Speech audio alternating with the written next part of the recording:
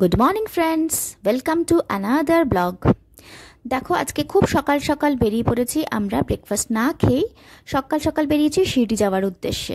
খুব সুন্দর চারিদিকে একটা মিষ্টি সকাল।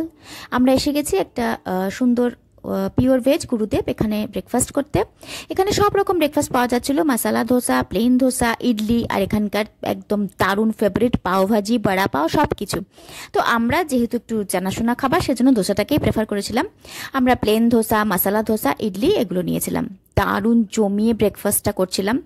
আমি মাঝে মাঝে একটু এই ধোসার পেটটা ফুটো করে তোমাদের দেখাচ্ছি যে কি সুন্দর ভেতরের তরকারিটা দারুণ ছিল, ধনেপাতা কারি পাতা দিয়ে দারুণ আর তরকারি, আর সাম্বার চাটনি যেটা থাকে সেটা ছিল। ব্রেকফাস্ট তো আমাদের কমপ্লিট। এরপর আমরা আবার চলে যাচ্ছি শিরডি যাওয়ার উদ্দেশ্যে। দেখো চলে এসেছি এখানে শিরডিতে। আমরা যেখানে ছিলাম সেটা হচ্ছে হোটেল সাই ছাত্রা। দেখো এই হোটেলটাতে না দারুণটা জিনিস ছিল, ক্যাপসুল লিফট, আর ঢুকতে ইনি ওয়েলকাম করছিলেন একটা কচ্ছপ মহারাজ। আর এটা ছিল আমাদের হোটেলের লাউঞ্জটা, খুব সুন্দর সাজানো গোছানো। আর এখানে থাকবো আর বাবার ছবি থাকবে না সেটা হতেই পারে না। পুরো হোটেল লাউঞ্জটাই ছিল বাবাকে ঘিরে, বাবার ছবিকে ঘিরে। খুব ভালো লাগছিল পরিবেশটা। এই হোটেলের 104 রুমে আমরা ছিলাম। দেখো হোটেলটা কি সুন্দর, রুমটাও খুব বড় সড়ো, আমাদের তিনজনের জন্য সাফিসিয়েন্ট। ঢুকতে ডান দিকে পরপর দুটো টয়লেট ছিল। এই দেখো এখানে একটা টয়লেট, আবার একটু পাশেই একটা টয়লেট। এরপর ঘরটা তোমাকে ঘুরে দেখাচ্ছি তোমাদের। দেখো ছোট্ট কিন্তু খুব সুন্দর ঘরটা। এখানে যা বেডের সাইজ ছিল মোটামুটি 4 জন আরাম করে থাকা যাবে। হ্যাঁ, গরম তো ছিলই, যার জন্য এসি তো মাস্ট। এই ঘরের পাশেই একটা, দেখো ঘরটা কি সুন্দর, বেশ বড়। এবং এই ঘরের পাশেই ছিল এটার সাথে অ্যাটাচ একটা ছোট্ট বারান্দা, যেটা আমার সব থেকে ভালো লেগেছিল এই হোটেলটার। এই দেখো বারান্দায় চলে এলাম। বারান্দায় কিন্তু একটা দোলনাও ছিল, জানো তো। এই দোলনাটার মধ্যে অনেক রাত অবধি বসে বসে আমি দুলতে দুলতে রাস্তাঘাট দেখছিলাম, ভীষণ ভাল লাগছিল। এবার চলে এসেছি আসল আকর্ষণ সাই বাবার মন্দিরে। দেখো এটা মূল মন্দির। আমরা ঢুকে গেছি। এখানে দেখেছো কত রকম লোকজন, বিভিন্ন ধর্মের মানুষ এখানে ছিলেন। এত ভালো লাগছিল, চারিদিকে শুধু বাবা বাবা আর বাবার মাহাত্ম্য, ভীষণ ভাল লাগছিল। এই দেখো এখানে আমরা চলে এসেছি। এখানে ছিল দ্বারকামাই, চাউরি, এই সমস্ত দর্শনীয় স্থান।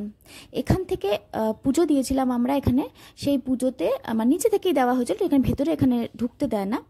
আস্তে আস্তে করে সেই নিজেদের সেই প্রসাদটা ঠাকুরের পায়ে ছুঁয়ে আনতে হয়। এই দেখো সেই প্রসাদ, ঠাকুরের চাদর এবং বাবার প্রসাদ নকুলদানা। এখানে ছিল শুকনো বোঁদে, আর আমরা প্যারা কিনে দিয়েছিলাম সেটা। আর যেটা সব থেকে আমাদের আমার জীবনে সবচেয়ে দামি, সেটা হচ্ছে বাবার উদি, যা আমাদের প্রাণ। এবার আমরা চলে গেছি সাই বাবার মন্দিরে, যেখানে সবাই প্রসাদ খায়। প্রসাদালয়, শ্রী সাই প্রসাদালয়। দেখো এটা অনেকটা বড় একটা বিল্ডিং, যেখানে দুরকম ব্যবস্থাই ছিল। নিচে হচ্ছে ফ্রিতে খাওয়া, আর ওপরে হচ্ছে 50 টাকা করে টিকিট কেটে খাওয়া। তো আমরা যেহেতু পুজো দেওয়ার সময় আমি, আমার হাজব্যান্ড, আমার ছেলে তিনজনেই একটা ফ্রি কুপন পেয়েছিলাম, সেজন্য আমরা আর ওদিকে যাইনি। আমি সব মানুষের সাথে একসাথে লাইনে দাঁড়িয়ে প্রসাদ খাওয়ার জন্য, বাবার প্রসাদ খাওয়ার জন্য দাঁড়িয়েছিলাম। দেখো এখানে কত মানুষ দাঁড়িয়ে আছেন, তারা প্রসাদ গ্রহণ করবেন। এখানে ভেতরে আমরা আস্তে আস্তে করে যাব। এবার ভেতরটা বিশাল বড়, একসাথে কয়েক হাজার লোক বসে খেতে পারে। এটা না সত্যিটা দেখবার মতন জিনিস, জানো তো। আমি জীবনে কোনোদিনও এইরকম দেখিনি।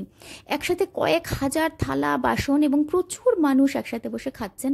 এখানে দিয়েছিল ভাত, ডাল, একটা ছোলার তরকারি, লাউয়ের তরকারি, রুটি আর সুজি। দেখো আমরা সবাই একসাথে বসে এখানে খাচ্ছি, প্রাণ ভরে বাবার প্রসাদ খাচ্ছি। ব্যাস খাওয়া দাওয়া করে আবার ব্যাক টু হোটেল। আবার যাব একটা কোনো ডেস্টিনেশন উদ্দেশ্যে। ওম সাইরাম।